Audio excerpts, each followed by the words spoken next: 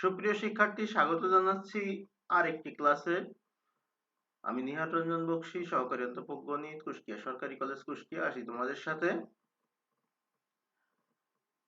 বাস্তব বিশ্লেষণ তথা রিয়েল অ্যানালাইসিসের নতুন একটি অধ্যায়। এটি ইনফাইনাইট সিরিজ, খুবই চমৎকার একটি অধ্যায়, যদিও ভলিউমটা একটু বেশি, তারপরেও এটি অন্যান্য আগের প্রথম তিনটি অধ্যায় অপেক্ষা এখানে বেশ কিছু সহজ জিনিস রয়েছে। আশা করি তোমাদের ভালো লাগবে। এটি 13 নম্বর লেকচার এবং আমার যে চতুর্থ অধ্যায়, এই চতুর্থ অধ্যায়ের এটি প্রথম লেকচার। বক্সী স্যার চ্যানেলের পক্ষ থেকে সবাইকে স্বাগত জানাচ্ছি। তাহলে চলো শুরু করা যাক আমাদের আজকের লেকচারটি। এবং বাংলা ভাষায় গণিত চর্চা এই স্লোগানকে সামনে রেখে আমরা যে কাজগুলো শুরু করেছিলাম সেই বইটি নিয়েই কথা বলছিলাম এবং সেই বইটি নিয়েই লেকচারগুলো চালিয়ে যাচ্ছি। আশা করি তোমরা সাথে থাকবে এবং সমস্যা থাকলে জানাবে। তো এরপরে আমাদের যেটা দেখছি যে infinite series of real numbers, infinite series, অসীম ধারা, ইনফাইনাইট সিরিজ অর্থাৎ যে ধারার পদগুলো অসীম। এর আগে আমরা সিকোয়েন্স শিখেছিলাম বা অনুক্রম, এবং সেখানে যেটি বলেছিলাম আশা করি তোমাদের মনে আছে যে সিকোয়েন্স বলতে আমরা বুঝাচ্ছিলাম যে পদগুলো শুধুমাত্র পদ, তাদের ইন্টারনাল রিলেশন বিবেচনা না করে। অর্থাৎ এর আগে আমি বলেছিলাম, আশা করি তোমাদের মনে আছে, যে 1 2 3 4 এরকম এটি হচ্ছে আমার একটা সিকোয়েন্স। বাট আমি যদি লিখি 1 প্লাস 2 প্লাস 3 প্লাস 4, তাহলে এটাকে তখন বলা হবে সিরিজ বা ধারা।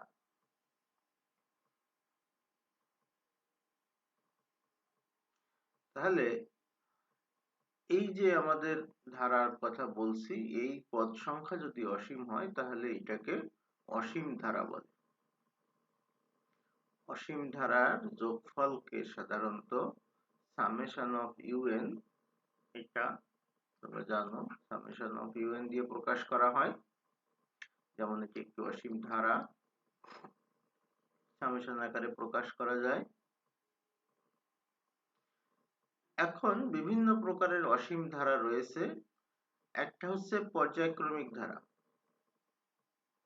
যেমন অল্টারনেটিং সিরিজ। অল্টারনেটিং সিরিজটা হচ্ছে অল্টারনেট করে, পরিবর্তন করে, বারবার চিহ্নটি চেঞ্জ হয়, একবার প্লাস একবার মাইনাস, একবার প্লাস একবার মাইনাস, এরকম যদি হয় তাহলে আমাদের এখান থেকে একবার প্লাস একবার মাইনাস যদি হয় তাহলে সেটাকে অল্টারনেটিং ধারা বা পর্যায়ক্রমিক ধারা বলা হয়। পর্যায়ক্রমে ধনাত্মক ও ঋণাত্মক, পজিটিভ এন্ড নেগেটিভ এই ভাবে চলে, তাহলে এটাকে পর্যায়ক্রমিক ধারা বলে।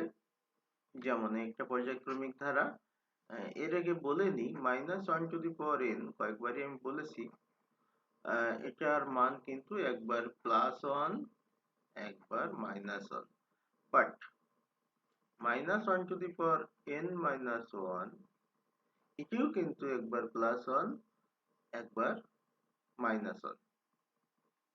সমস্যাটি হলো যে n এর মান কত দিয়ে শুরু করছে সেটি। তো n এর মান কত দিয়ে শুরু, n এর মান যদি 0 দিয়ে শুরু হয় তাহলে এটা প্রথমে প্লাস মাইনাস, এটা 0 1 দিয়ে শুরু, তখন এটা।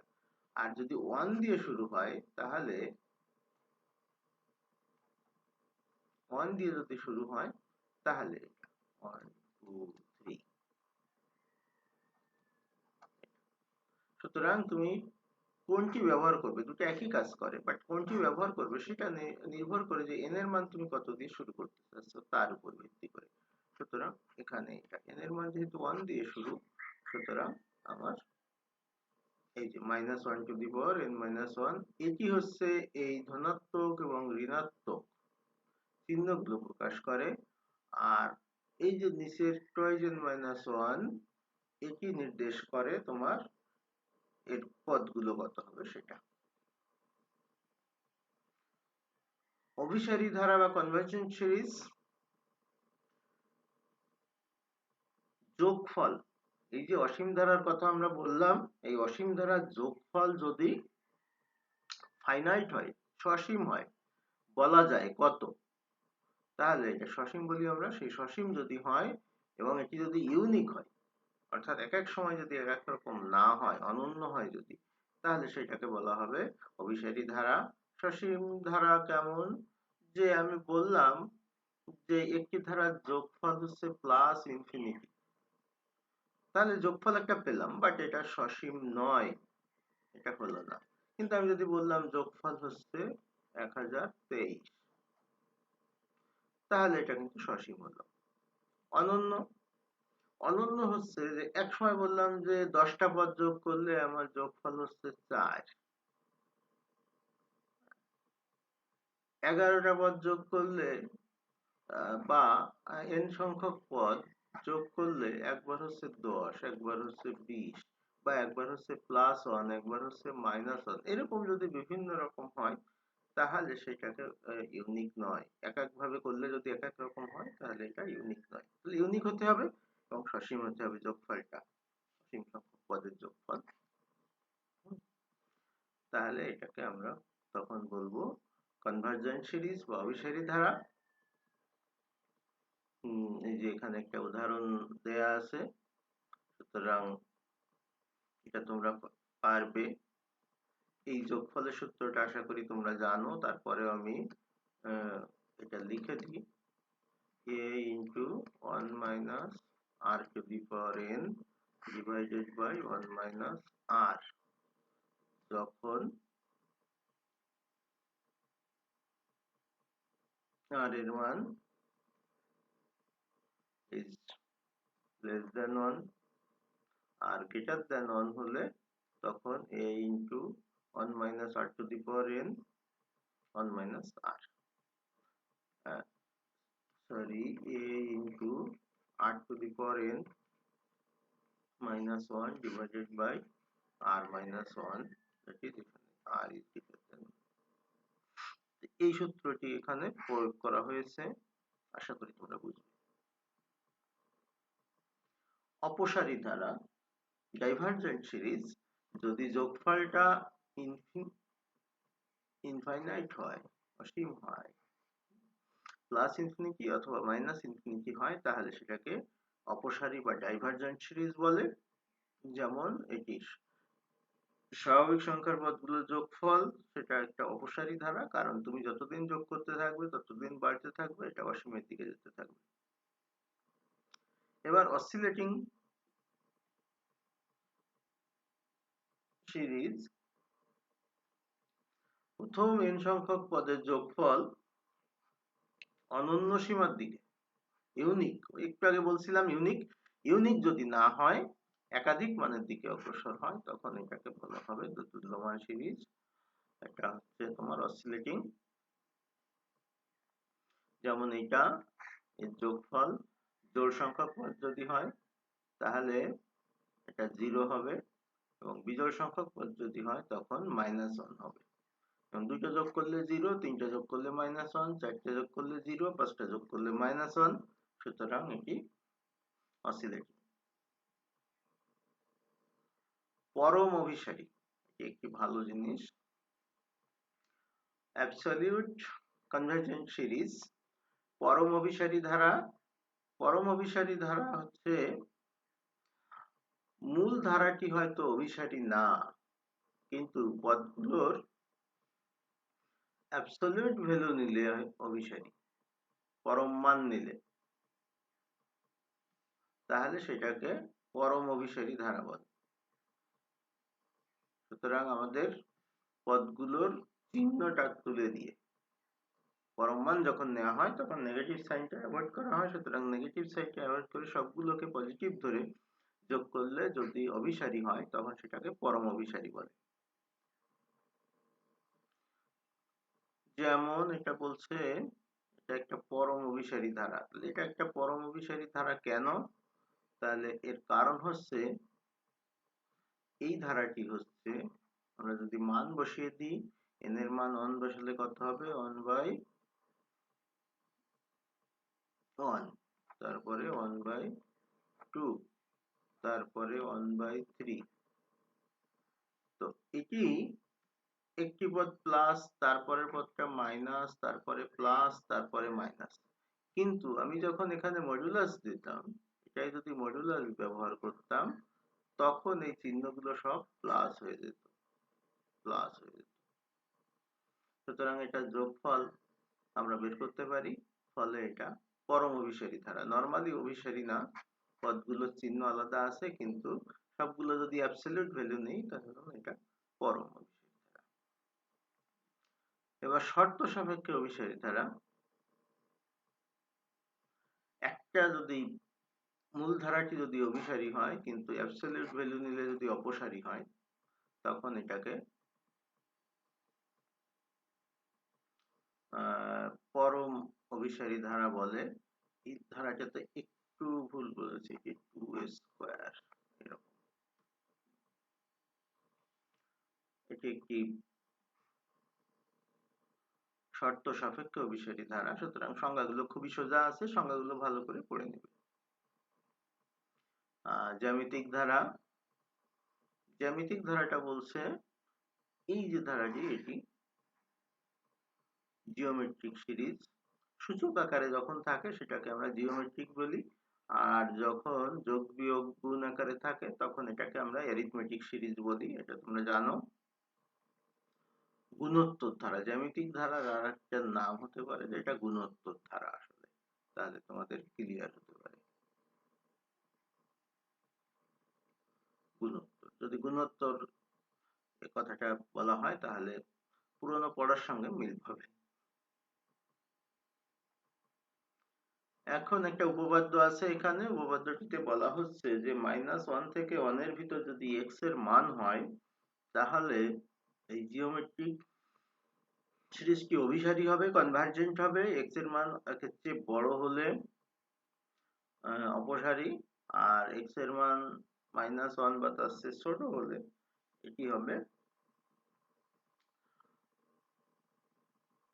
দোদুল্যমান বা অসিলেটরি।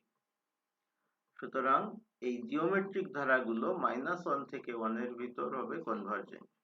এটা বলছে যে এটা হচ্ছে 0, এটা হচ্ছে 1, এটা হচ্ছে -1। এই এর ভিতরে এটা হবে কনভার্জেন্ট। কনভার্জেন্ট এই এরিয়ায় হবে ডাইভারজেন্ট, এবং -1 থেকে শুরু, এখান থেকে হবে তোমার অসিলেটরি। এটি প্রমাণ করতে হবে আমাদের। এখন চলো প্রমাণটা খুব বেশি কঠিন নয়। বলছে যে যদি x এর মান গ্রেটার দেন 1 হয়, তাহলে সেক্ষেত্রে এটার সিরিজ যেহেতু গুণোত্তর ধারা, সুতরাং গুণোত্তর ধারার যোগফল হচ্ছে এটি সূত্র, আমি একটু আগেও লিখেছি। এখন লিমিট যদি নেই আমরা, limit n tends to infinity sn, এটির মান n এর মান ইনফিনিটি বসালে এটা ইনফিনিটি, সুতরাং এটা হচ্ছে অপসারী, ডাইভারজেন্ট আমরা যা কিছু বলছিলাম। আর ইকুয়াল চিহ্ন x এর মান যদি 1 হয় তাহলে এটা n, এটাও n। এবার দ্বিতীয় ধাপ, এখানে দ্বিতীয় ধাপ, x এর মান যদি -1 থেকে 1 এর ভিতরে হয়, এক্সক্লুডেড, -1 এবং 1 এক্সক্লুডেড, এটা বাদের ভিতরে যদি হয়, তখন এটা এরকম হয় এবং সিরিজটা এরকম হয়। এরকম হলে আমরা দেখতেই পাচ্ছি যে এটা সহজেই কনভার্জেন্ট হচ্ছে। এবার x এর মান যদি -1 হয়, তখন এটা হচ্ছে, এটা দেখতেই পাচ্ছি, আমরা সংজ্ঞাতে বলেছিলাম এটি দোদুল্যমান ধারা বা অসিলেটরি। এটা x এর মান যখন -1 হচ্ছে, একবার জোড় একবার বিজোড়, কেন হচ্ছে একটু আগেই বলেছি।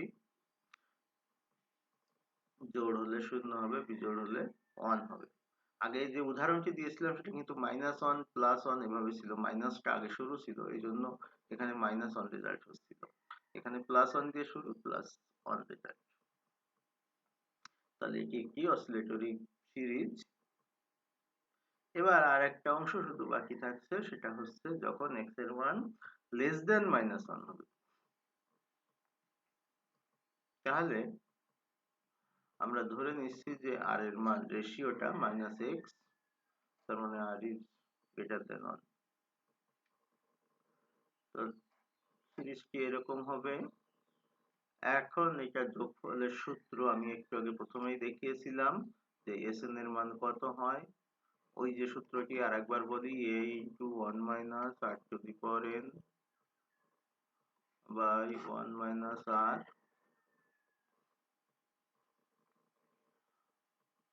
তো এটাই যখন লিমিট নিচ্ছি তখন প্লাস ইনফিনিটি হচ্ছে অথবা মাইনাস ইনফিনিটি হচ্ছে, তাহলে দুই রকম মান হচ্ছে। একাধিক মান যখন হবে তখন এটাকে অসিলেটরি বলে, দোদুল্যমান বলে। সুতরাং আমরা দেখতে পেলাম যে আসলে এই কাজগুলো খুব সহজেই আমরা করতে পারি। এখন এই যে কাজগুলো সহজে করলাম, এটা কিন্তু ঝামেলা হওয়ার কথা না। তারপরেও তোমরা বাড়িতে এগুলো একটু প্র্যাকটিস করবে, ভিডিওটি আবার দেখবে দরকার হলে। এরপরে যেটা, সেটি হচ্ছে পি সিরিজ। খুবই গুরুত্বপূর্ণ সিরিজ। এখানকার জিনিসগুলো হচ্ছে সোজা, বাট সমস্যাটি যেটা হয়, অনেকগুলো সিরিজ আছে, তো বিভিন্ন রকমের সিরিজ আছে, কোনটা কোন জায়গায় বসবে, কখন কোনটা দিয়ে কাজ করতে হবে, এটি একটি সমস্যা। এটা নির্ভর করে তোমার প্র্যাকটিস। তবে এটা একেবারেই অন্যান্য থিওরির মতো খুব ইয়ে করে পড়তে হবে তা না, মাঝে মাঝে একটু মনে রাখতে হবে এটা হলে এই হয়, ওটা হলে এই হয়। আবারও বলছি যে এটার এই চ্যাপ্টারটার বৈশিষ্ট্য হচ্ছে সোজা। সমস্যা শুধু একটাই, যেটা সেটা হলো যে কখন কোনটা ব্যবহৃত হবে। সুতরাং একটু সতর্ক, একটু মনোযোগ দরকার। এটার জন্য অনেক সময় দরকার বিষয়টা তা না, একটু মনোযোগ দরকার। একটার সাথে আরেকটার পার্থক্যটা একটু ক্লিয়ার কাট মনে রাখতে হয়, তাহলে সুবিধা হয় এবং খুব ইজি হয়। কাজগুলো খুব কঠিন না, বাট মনোযোগী হওয়া দরকার। আবারও বললাম, পি সিরিজ খুবই সোজা, হাইপার হারমোনিক সিরিজ।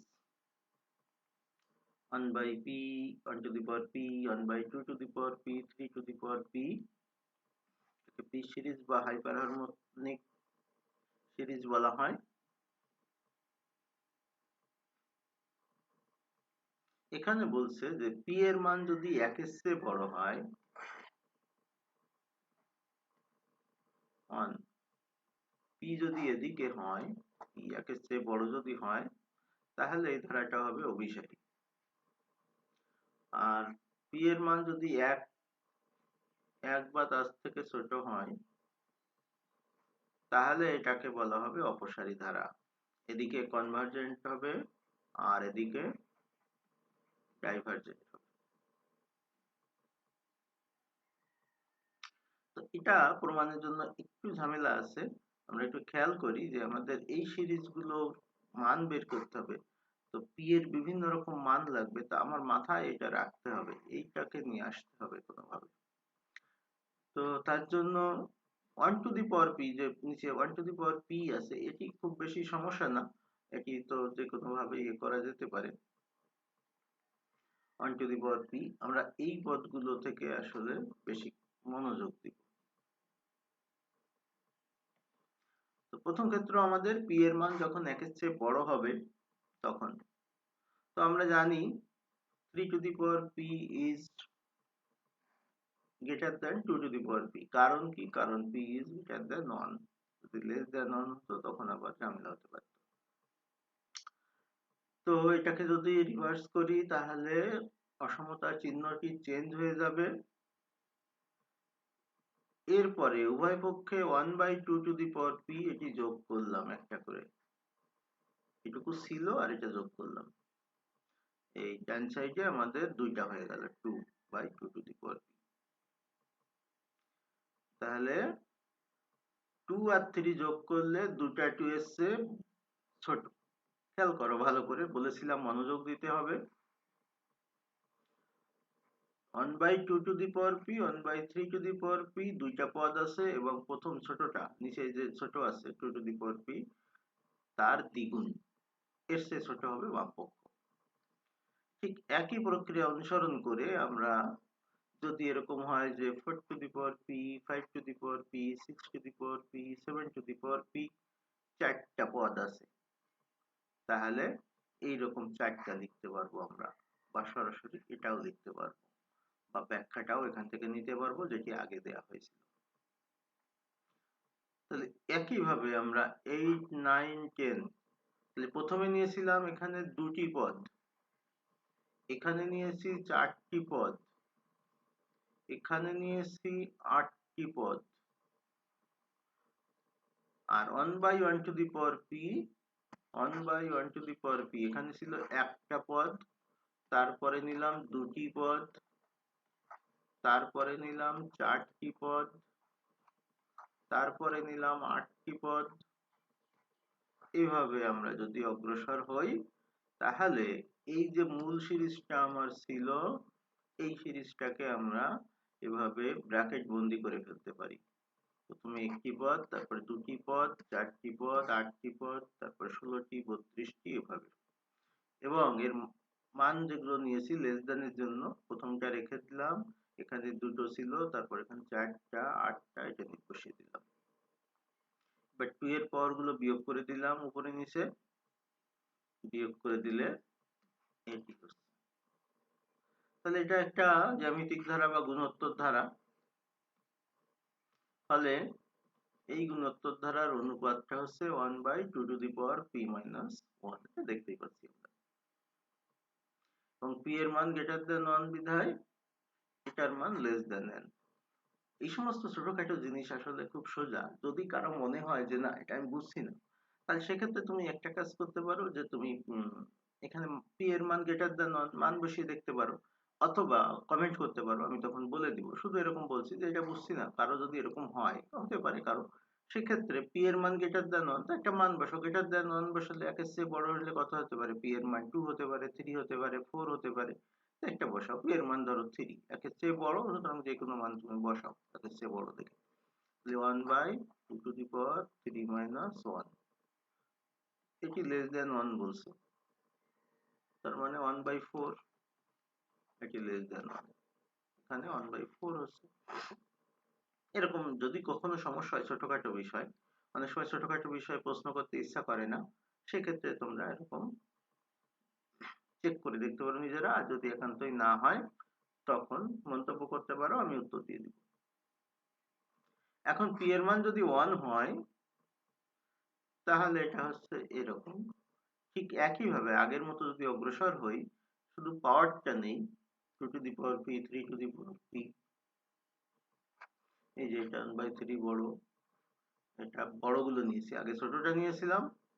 এই যে আগে নিয়েছিলাম, প্রথমবার যখন নিয়েছিলাম তখন কিন্তু ছোটটা 2বার নিয়েছিলাম। এই যে আমি আপনাকে দেখাই দিই, ভালো করে খেয়াল করো, আমি বলেছি মনোযোগী হতে হবে, যে আমি যখন 1 by 3, 1 by 2 এরকম নিয়েছি তখন উভয় পক্ষে যোগ করেছিলাম 1 by 2 to the power p, 1 by 2 মানে নিচের ছোটটার সাথে যোগ করেছিলাম। এবার দেখো এই ক্ষেত্রে আমরা যোগ করছি বড়টা, 1 by 3, 1 by 4, এবার যোগ করলাম বড়টা, নিচে বড়, এমনি বড় না, নিচে বড়, তো বড়টা যোগ করলে এরকম হচ্ছে 2টা, এটা হচ্ছে। এবার 2টা গেল, এবার 4টা গেল, এবং সেটাও এখানে দেখা। এবার মূল সিরিজটায় ফিরে আসলাম, এই একটা, তারপরে আবার একটা রাখলাম, 2টা, 4টা। এখন এই মানগুলো বসাই দিলে এখানে গ্রেটার দেন সাইন হয়ে যাচ্ছে উপরের এখানকার অনুসারে। তাহলে আর সংখ্যক পদ, এটার যোগফল তোমরা বের করতে পারো। সুতরাং আর এর মান ইনফিনিটি হচ্ছে, যেহেতু ইনফিনিটি হচ্ছে সুতরাং এটা অপসারী ধারা। এটা খুব কাজে লাগবে আমাদের অঙ্ক করার জন্য, যে p এর মান গ্রেটার দেন 1 হলে কি হবে, লেস দেন 1 হলে কি হবে, সেটা খেয়াল রাখতে হবে তোমাদের। এই যে 1 এর পরের থেকে কনভার্জেন্ট, আর 1 এর আগে হলে, 1 বা তার আগে হলে ডাইভার্জেন্ট, এই কথাটা কিন্তু মনে রাখতে হবে। এখন p যদি লেস দেন 1 হয় সেটা আমাদের দেখতে হবে। তো এটা আমরা জানি, এক্ষেত্রে n to the power p is less than n, n টা বড়, p এর মান লেস দেন n কেন, এটা যদি বুঝতে সমস্যা হয়, n এর মান ধরো 2 এর মান 1 এর থেকে ছোট হলে ধরো -2, আর হচ্ছে শুধু 2, কে বড়? নিশ্চয়ই a বড়। তো এরকম বুঝতে যদি কখনো সমস্যা হয় উদাহরণটি সেট করে নিবে, তাহলে সুবিধা হবে। দরকার হলে ভিডিওটি পজ করে দেখে নিবে। তো এটা সামেশন অফ 1/n, এই ধারাটি অপসারী, আমরা ওখানে উদাহরণ দেখেছিলাম, পরেও আবার দেখব। সুতরাং এটি অপসারী, অর্থাৎ p লেস দেন 1 হলে এটা ডাইভারজেন্ট হবে, p এর মান 1 এর জন্য এটা ডাইভারজেন্ট হবে। তাহলে p এর মান 1 বা 1 এর চেয়ে ছোট, এই সকল ক্ষেত্রে 1 বা 1 এর চেয়ে ছোট এই সকল ক্ষেত্রে এটি